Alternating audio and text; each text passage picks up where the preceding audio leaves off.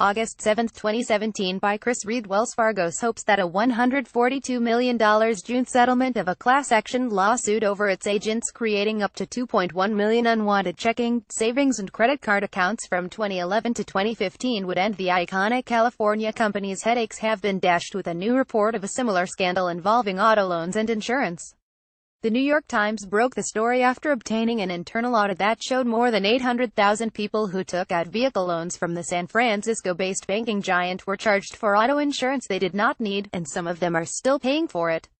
The expense of the unneeded insurance, which covered collision damage, pushed roughly 274,000 Wells Fargo customers into delinquency and resulted in almost 25,000 wrongful vehicle repossessions.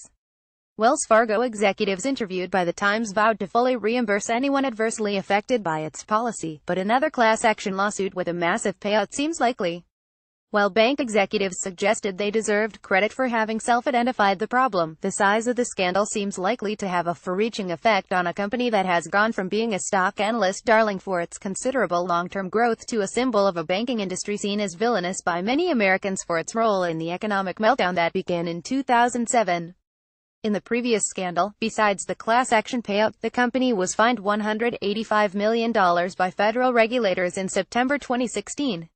CEO John Stumpf abruptly resigned soon afterward, voluntarily giving up $41 million in bonuses he was scheduled to receive.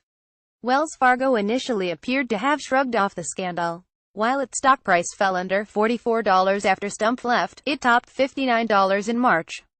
Its market value remained well north of $250 billion, its profits were strong and it had a significant presence in all 50 states, employing nearly 270,000 workers.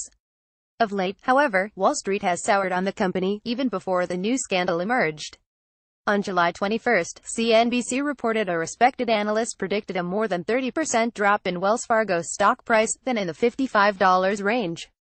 It plunged 2.6% Friday after the Times report came out and is now under $53. Were wrong workers punished for first scandal? The new scandal is likely to not only prompt regulators to take close looks at every aspect of Wells Fargo's business but to re-examine how they dealt with the previous scandal. Wells Fargo's CEO may have left, but the company was partially successful in deflecting the idea that the setting up of unwanted new accounts by employees eager to meet quotas was the fault of the employees, not those who set the aggressive quotas. The company fired more than 5,000 mostly low-level workers who had set up the accounts, but the vast majority of managers were unaffected. This was even though the initial Los Angeles Times investigation in 2013 that broke the scandal depicted the latter fired workers as doing the bidding of their mid-level bosses, who were facing pressure from their top-level bosses, suggesting the wrong people were paying the price for the scandal. The auto loan scandal only adds to the narrative that Wells Fargo's ethical problems begin from the top down. The New York Times report on the new scandal said the internal report only looked at insurance policies sold to Wells customers from January 2012 through July 2016.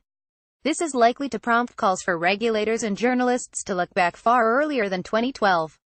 Perhaps the biggest complicating factor in the $142 million settlement of the unwanted accounts scandal was the evidence offered by some plaintiffs' attorneys that the scandal began in 2002, not 2011. They argued that the high-range estimate of unwanted accounts created by Wells Fargo agents was far too low and should have been 3.5 million, not 2.1 million.